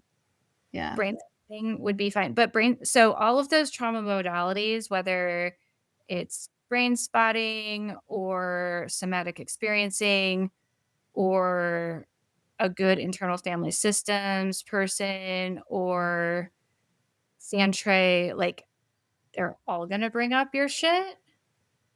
But I don't really think that you're gonna have good therapy if you don't wanna bring up your shit. That's true So, too. it doesn't have to be EMDR, but I would say trauma modality. Therapist. I can feel there's some fear behind that because, okay, so I know that I have a lot of shit and I know what that's done to me in the past. I don't want to do that again. And so, like, do you feel fearful that, like, if you have to bring up shit again and, like, try and work it out for a third time, that it will lead to the severity? No, I'll be honest. The reason that I even said that is because the guy, my nurse practitioner that I do see, he had said something like, "You've kind of got a lot right now." I said something to him about the EMDR being kind of taxing and exhausting for me last time I did it. But it was also like really good for Yeah. me. Like Melissa said, you have to like dig up and go through the hard stuff to be able to get better. So hold on. So I So would, this, like, you don't have, so if not every session is time to dig up the old stuff. okay. Like that, like, and if you have a therapist who's like, we have to EMDR every session and we have to do the old work and not focus on the right now, that's, I would say, not a great therapist, or at least I wouldn't want to see that Oh, therapist. interesting. So, like, if you were my client going through what you're going through right now, like, when you're in this moment of dealing with this stuff, you deal with this moment, this stuff. And then as you get a little farther away from it in the, several months out, then it's like, okay, well, now that we're getting a little bit more stable, are we ready to kind of connect some dots? Are we not ready to I mean, I never make anybody deal with any, like, even if I know that they have something To deal with. so yeah, like, even if, like, because they've told me in their, history or whatever, maybe every 6 months I'll be like, so remember that thing that we haven't talked about yet? Or do you want to talk about talking about it? And if they say yes, great. And if they don't say yes, then we don't, because, like, there are therapists who will therape you, right? Like, don't Yeah. like, don't do what you don't like. It's your therapy. You take control of it. If you're like, no, I'm here to talk about my current divorce, maybe later we can deal with this shit. But right now I'm here to talk about my current life transition. Okay, cool. Then, I mean, when you're in a life transition, I'm glad you it's said not, that. like, yeah, your life transition is not time to be connecting the dots to your parent issues. That's going to stack on to what you're currently dealing with. Like, Okay.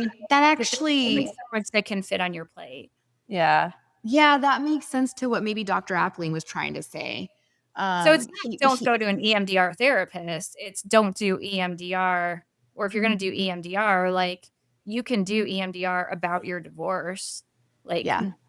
you can do recent, current, and even, like, I'm really scared about, like, this thing that's coming up, like the finalization, or I'm scared about whatever. You can even do Yeah. future bits. So, but you can keep it focused on the right now. Okay, I'm really glad you said that because I think I did take it to, I just don't need to be doing EMDR right now. Whereas I bet you 100% that what you just said is more what he meant. Because he did kind of say, it's let's not dig up other things. Let's just focus on this is kind of what he had said. But So, that doesn't, okay, yeah, say trauma specialist, considering your history, don't they try would to do. know. Yeah. And a good trauma specialist is going to understand that balance. I mean, I'm Yeah. not going to say the specialists who suck. Like, What is that? we've all been to bad therapists.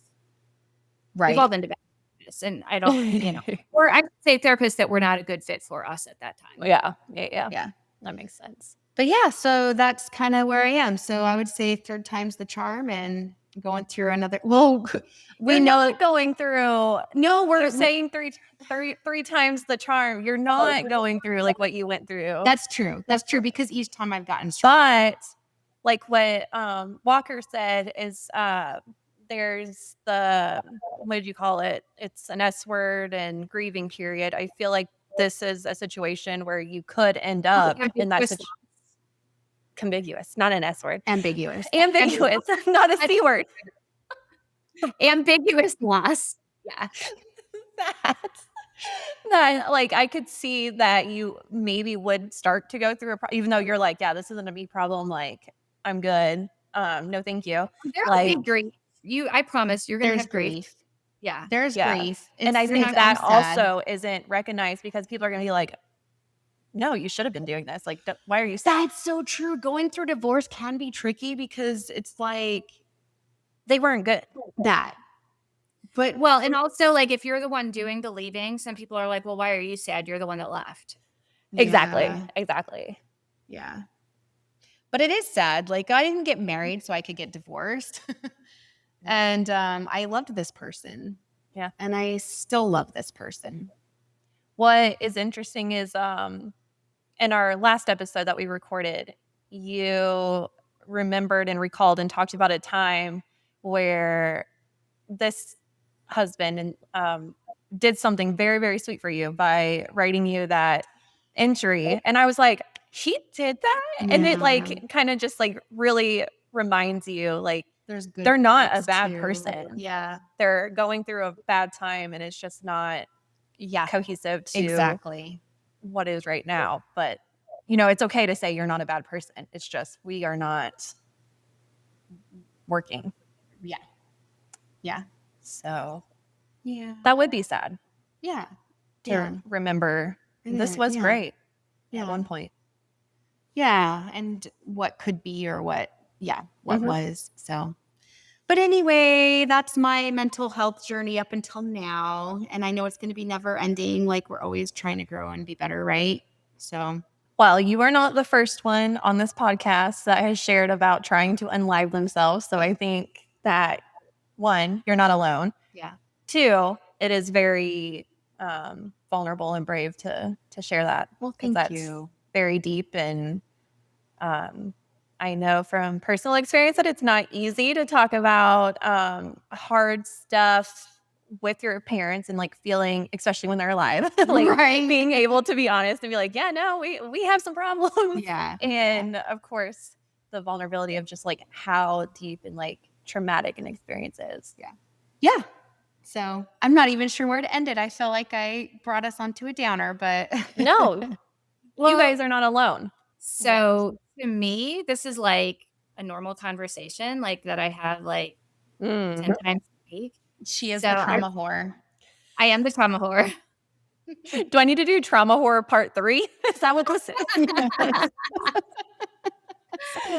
So I remember I was so we live in an equestrian community, and I'm really good friends with my neighbor, and we trail ride around our neighborhood a lot. And I remember having this conversation with her. I don't even know. Like, to me, it was just like a normal conversation. And like I was totally talking about suicide and passive thoughts of death and like all these things that to me are just like the most normal. And I'm just like, and she's like, that was a downer. And I was like, what? Why? She's like, suicide? Really? You don't think that's a downer? I was like, actually, I think it's really normal. Like, doesn't everybody have a history of suicidality?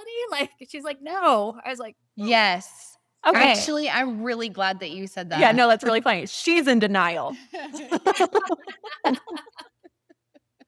everybody in my world has a history of suicidality.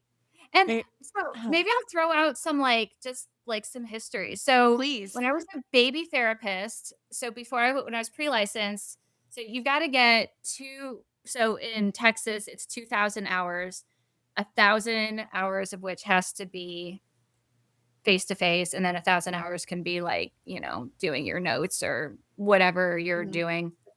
And as if, oh no, it was 3,000 hours, 1,500 face to face, 1,500. That's a lot. And That is a lot. it is. It took like 3 years because I wasn't working full time.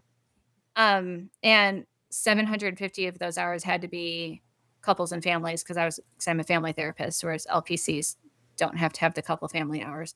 So to get more hours and to get more money, I did crisis for MHMR, that same place that you went. And so what MHMR does is if somebody is in crisis defined as suicidal, homicidal, or psychotic, and if they don't have insurance, then, or if they just like call the hotline, then we go. I remember you having to do this. Yeah. I mean, it was a terrible experience because like I'd have to get up at 3 in the morning and go to the mental hospital and assess people. Like on And call. yeah, I did weekends on call. And but I mean, it paid good money and I got a lot of hours doing it. And the most important thing is that the experience that I got from it, like I kind of think everybody should have to, like every mental health professional should have to have some, like I feel like there should be a rotation where you have to do Yeah. visits, because the experience that I got from it was so incredibly valuable. And about 90, at least 90% of the people that we assessed were being assessed for suicidality. And then a very small, I mean, I think it was only 2 or 3 people the whole time I did it for a year and a half were homicidal.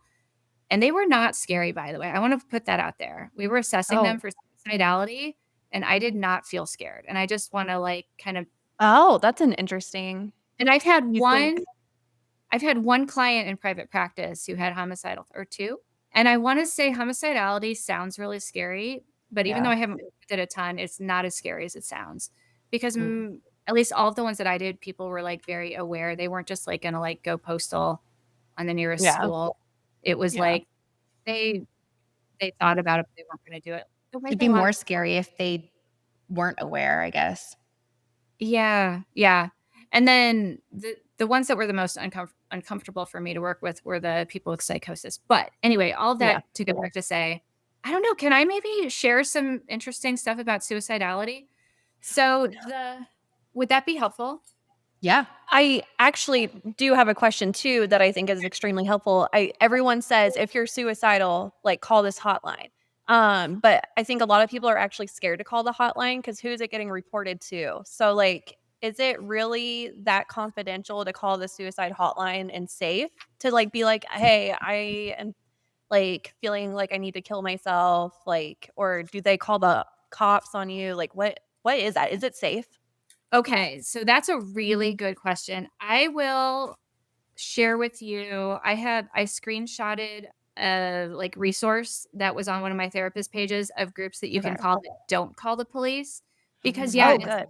states, they will take you in handcuffs, right? And sometimes it's not helpful. Mm. Mm-mm. So the my experience with the National Suicide Hotline, I wouldn't tell anybody don't call it, but like they put you on hold forever. What? Yeah. I've never had anybody actually like get through.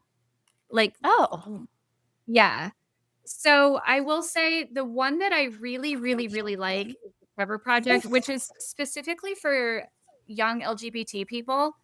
But the Trevor Project, you can text them, you can call them, you can like chat like on their website, and they seem to be really good. They're pretty well funded, and I almost like I don't want anybody to abuse the system, but at the same time, like I've had the most success with people contacting the Trevor Project.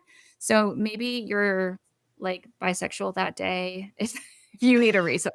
I feel like wait, I so do feel you like have to do you have to be within the community to call, like, for suicidal I mean thoughts, or could you we're just be It's where it's what it's for. I don't know. Like I don't want to like it's for LGBTQ yeah, young people. Like But they're that's so what it's good at what they for. do. So good at what they do that maybe if you called them, maybe they would be like, "Hey, here's a resource that's more appropriate for you," or maybe you yeah. just tell them that you're an LGBT. I don't know. Like I don't want to be like, but they're good. Like they handle it appropriately. So Okay, I'm after, gonna call them. I'm gonna call them. well, only if you're suicidal. Like don't But don't. but to get the scoop, like, "Hey, just out of Oh yes, curiosity." like well, they're like main Find number. Don't out. call if you have insurance and if you want to go to the mental hospital because you really feel unsafe and you really feel like you might benefit, then you can just go to your nearest private mental hospital and give them your insurance information and admit yourself. If you don't have insurance, you probably need to go through whatever your area's equivalent of MHMR is, because there is probably a state or county resource that will pay for that for you. Now, they aren't going to pay for the 7 to 10 days that insurance is going to pay for. Mhm. If you have insurance, though, you should know, and you probably don't know, that there is an intermediate step between regular therapy and inpatient. And it's really there are actually 2 intermediate steps. One is partial hospitalization, PHP, and one is intensive outpatient. So the partial hospitalization programs, yeah, that's what the other P is, partial hospitalization programs. Those usually come with a psychiatrist and medication management, and a lot of these are online, not the inpatient ones, but the PHPs and the IOPs a lot of times are online. And like PHPs, you'll have like your weekly check-in with a psychiatrist. They tend to be like maybe all day, Monday through Friday, like a work day. And those are a lot more like skills based. Like they have skills groups, they have process groups. Whereas if you go to the mental hospital, most mental hospitals are not, they mostly do med management and they keep you from killing I feel yourself. like, But I feel like they're just trying to get you under control. yeah, like, and if you're not like at the point of killing yourself, if you're just like, I would rather be dead, but like, or I'm thinking about being dead, but I'm not like gonna do it, or like I'm thinking about doing it, but I'm not gonna do it right now, probably inpatient is not your best fit. Probably IOP or PHP is a better fit for you. So I did do intensive outpatient care after the second time in Texas, after I came out of the hospital then. And I would say that was actually really beneficial. It was a lot Yeah. of group therapy, You did groups? some one-on-one. Yeah. Yeah. I've never had anybody I've had a lot of clients who've had bad experiences in the inpatient mental hospital. Mm, I've had a couple of people who have had like okay-ish experiences. Um, People tend to have positive or not worse than neutral experiences with IOP and PHP. So like especially if you have something to insurance, look into. then you may not have IOP or PHP as an option. But if you have insurance and you're like not okay, I would look into that first. I Yeah. don't know if Pathlight is only in Texas, but the one that I've had consistently good results with in Texas and it's online is called Pathlight Behavioral Health. And Okay. I don't know if it's only Texas or if it's in other places, but Okay. I always like do Pathlight. Pathlight's amazing. And it's like 3 hours, 3 times a week for their IOP. And it's a good program. It's a combination of CBT and DBT and their skills groups and like their process. Like I really like. Okay. So the other thing I wanted to say about suicidality is I'm going to actually share the risk of harm assessment that we did at MHMR because I made myself a cheat sheet because it was such a good assessment and I didn't want to ever forget it. Like I had it really memorized at the Okay. time. Is this an assessment that we can do on ourselves, like when we're trying to assess like where we are, or is this like a like a therapist tool? No, like this is not a personal, this is a therapist assessment. But Okay. that I wanted to share some of the things that's on it so that people understand kind of like what goes in to suicidality. These are kind of the Okay. things that like Okay. if an assessment is being done on you to determine your risk, like these are things, and this is going to be kind of insightful because you'll be like, oh, I didn't realize that was maybe part of this, or I didn't Okay. realize, right? So it's a very holistic Okay.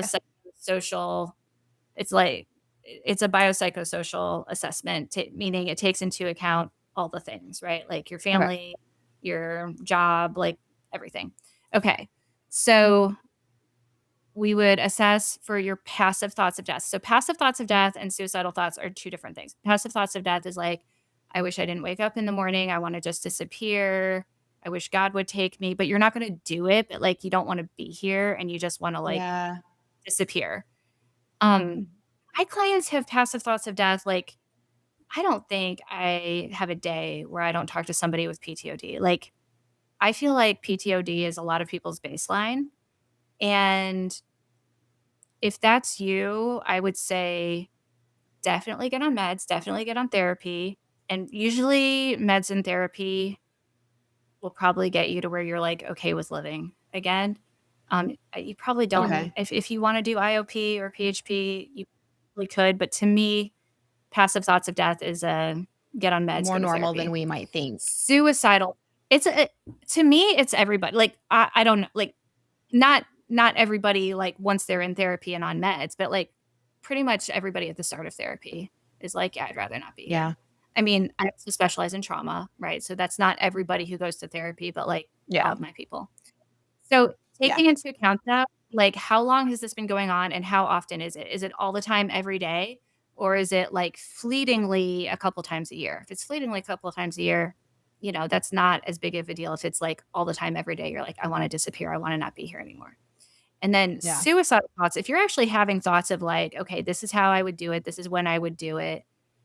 That to me is, let's definitely be on meds. Let's definitely be in therapy. Let's talk to our therapist about if we wanna, and if we, like, have a plan, like, this is the thing I'm gonna use to do it. I'm writing goodbye notes to my family. Like, okay, Oh, that's like, if you're writing goodbye notes to your family, you need to go to the hospital. Like, yeah. do not Tesco, do not collect $200, go to the mental Yeah. hospital. Okay. We would assess for homicidal thoughts. I don't come across that very often. So, cutting or other types of self-harm are not the same as suicidal thoughts. They are a risk factor though, because, like, if you are self-harming, you are more at risk, but they're two different things. And I want people to know that they're two different things. That makes sense. If you've had a previous attempt, so the way I see it is, like, the lowest that you've ever been, it's like, yeah, you kind of fill that up. Like however deep you've dug your hole, you fill that back in as you do all your mental health things, but, like, that dirt isn't as compact as, like, the dirt around it. And so, like, Mm. sink to your lowest again, kind of relatively easy. Okay. So your lowest is then making an attempt. It's not that hard to get back down to being, like, legit suicidal, Right. right? And so previous attempts are definitely a risk factor. Okay. Just be aware of that. Yeah. Any preparatory acts, like giving things away, writing notes. If you're doing preparatory acts, please go to the hospital. Having access to guns, it, like, increases your risk because people might survive, like, cutting, like, suicidal cutting, or they might survive taking pills, but usually people don't attempt if they're using guns, and usually, like, more often complete suicide if they are using ropes. So, You said attempt, but I think you meant succeed, it's called completing suicide. completing. Okay. Yes, but I probably said the wrong word. So, yeah, so access to guns, if you are having suicidal thoughts at all, please don't let yourself have access to guns. Like, give them to a friend, have them in a safe that you don't have the code to. Like, guns and suicidality, please don't mix them. I will also say alcohol and suicidality are do not go together either, because you're a lot more likely to attempt drunk than you are. I'm not encouraging anyone to do anything illegal, but people don't very often attempt when they are high, but they do. People will attempt when they're drunk, when they're not otherwise suicidal. So Okay. avoiding alcohol, and also, like, mixing alcohol with, like, benzos or narcotics, like, again, please stay away. And I understand, like, if you're suicidal, you probably want to drink, but if you could use something else to dissociate that isn't alcohol, and I'm not encouraging you to do anything illegal, but, like, Weed. I They mean, tried to it's put I'm me not. on a benzo. I don't drink, but they tried to put me on a benzo after the dog died. Well, but that's okay. Oh, I don't know. I was scared. I didn't take it. That's a different conversation for a different day. I personally, I think benzos as rescue meds are fantastic. Can you? Oh, okay. I got scared and I didn't Yeah. fill it. I mean, I love benzos as a rescue med, but you can get addicted, and so you do have to, You want to like, stay on it. take them as Yeah. do take them as prescribed, and don't exceed your prescribed dose for sure. But I mean, they're great. I mean, if you're having a panic They attack, have a place. they Yeah. have. I am all for Klonopin for a panic. I am not a doctor though, and I can't say that. Talk Yeah, to your got it. prescriber and follow their. Yeah. Okay.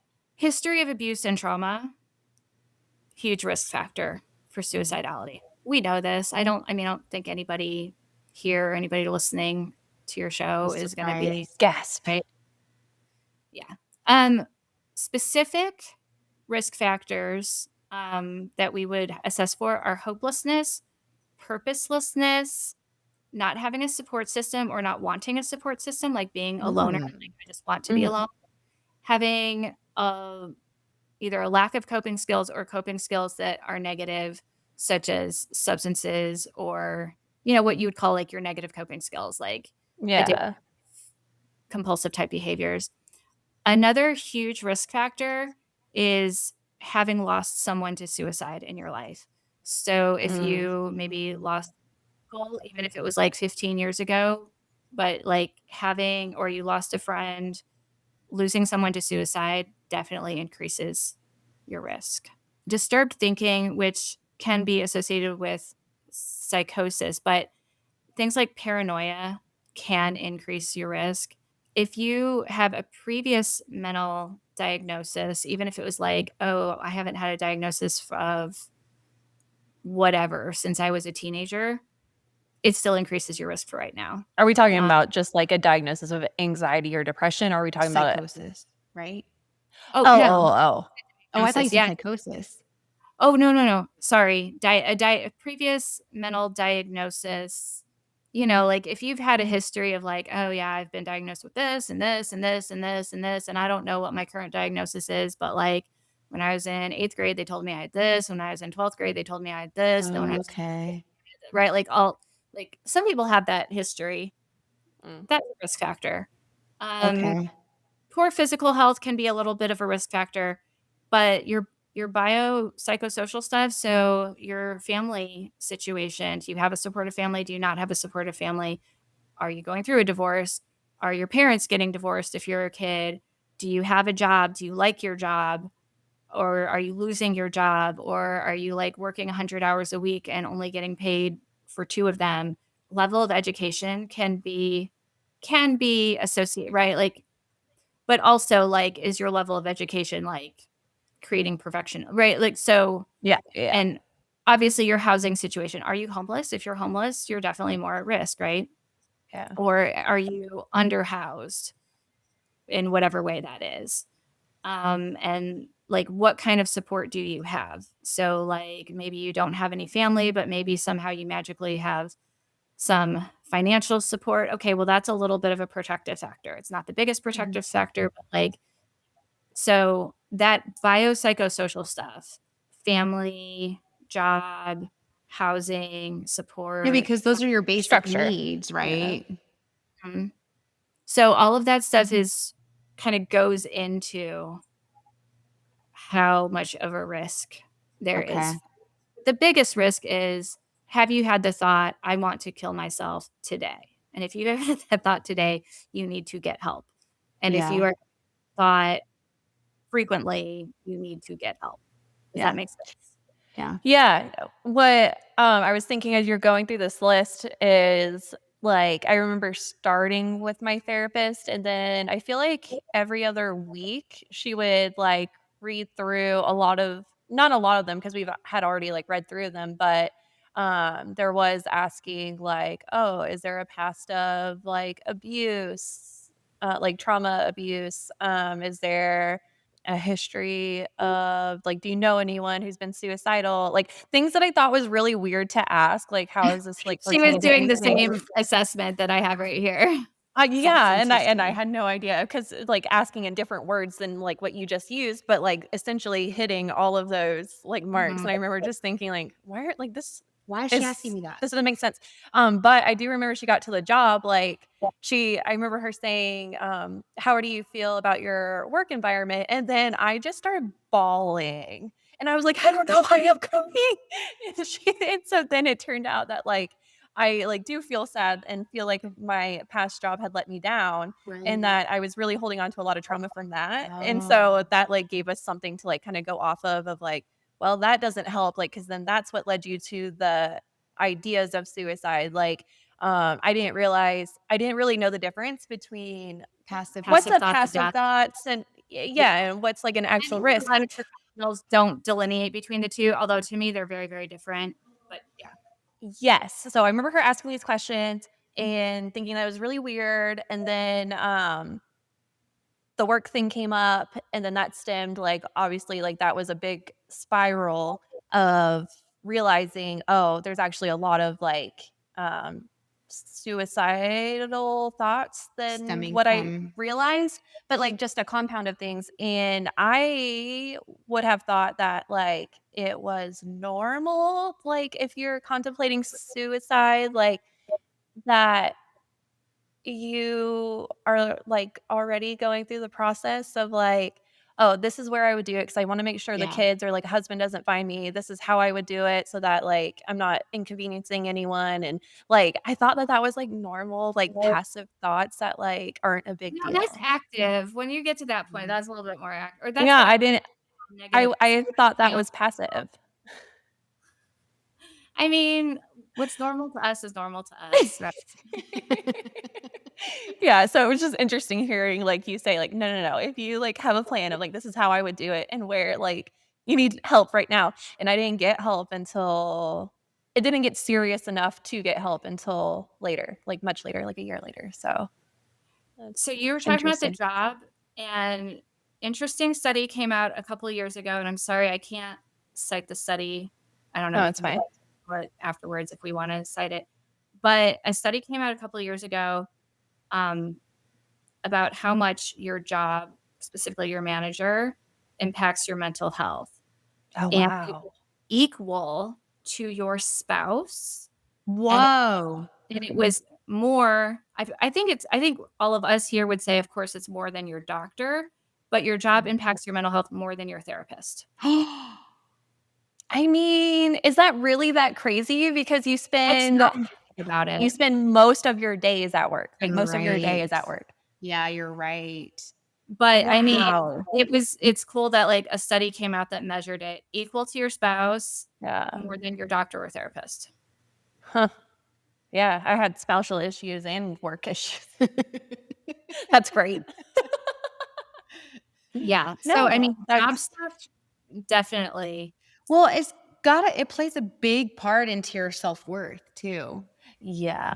And like you said, sense Yeah. of purpose, I think was one of the Yeah. things that or hopelessness, Mhm. purposefulness or something you said. Yes. I felt like it was a waste of my time, like, you let are you still around? Yep, I'm still here. It was like a waste of my time, like, I spent a year building this into something beautiful, perfect, very functional, and then I had a baby and was gone for, like, a month and a half, and you've destroyed it, and your words to me are, "You can fix it again, you can make it great again," and I'm like, "You guys were so bad that a girl got mauled by a dog and sent to the hospital, Mm, like, how can I'm not gonna fix that, like, you guys messed up." yeah.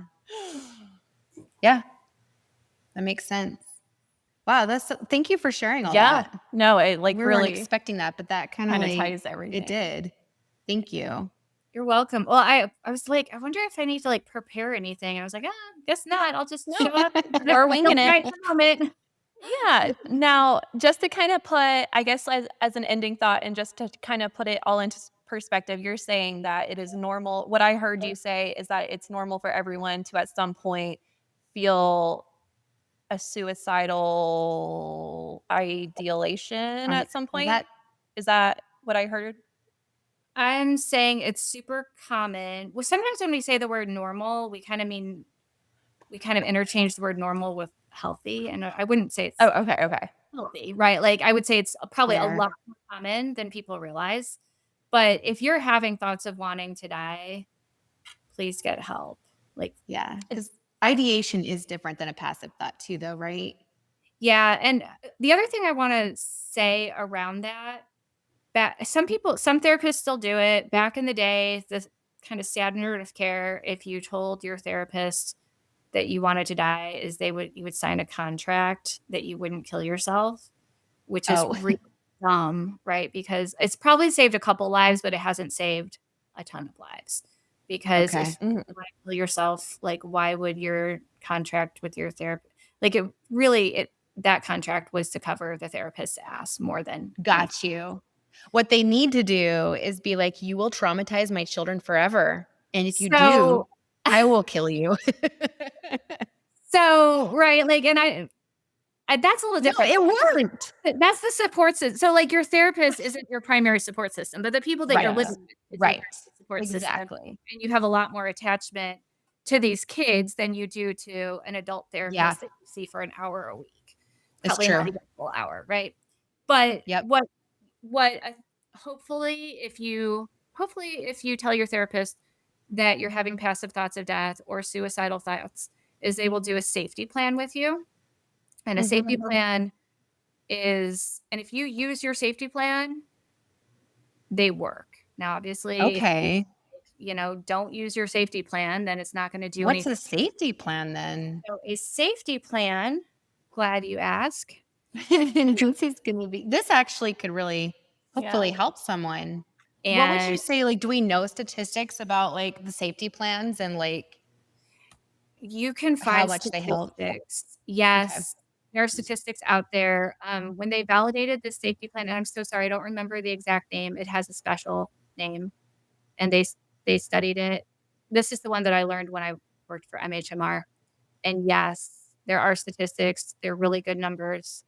And also, like, probably over half of my clients have safety plans on file with me. I mean, I do have like one person who has like a lot of, like, her baseline is passive thoughts of death because of her Trauma. trauma and like the stuff going on in her life. She works her safety plan really well. Like, I mean, she checks in with me. Like, I have my own scale. It's not a scale that everybody uses, so the numbers don't Oh yeah, I really. think you shared that with us once. Yeah. Okay. So, like, she'll like check in with me frequently and be like, this is where I'm at today. This is where I think I might get to. And like, she put herself in, she like got herself, because she lives alone. So she like went to a friend's house for, it was several days because she was like, I don't think I'm safe to be alone.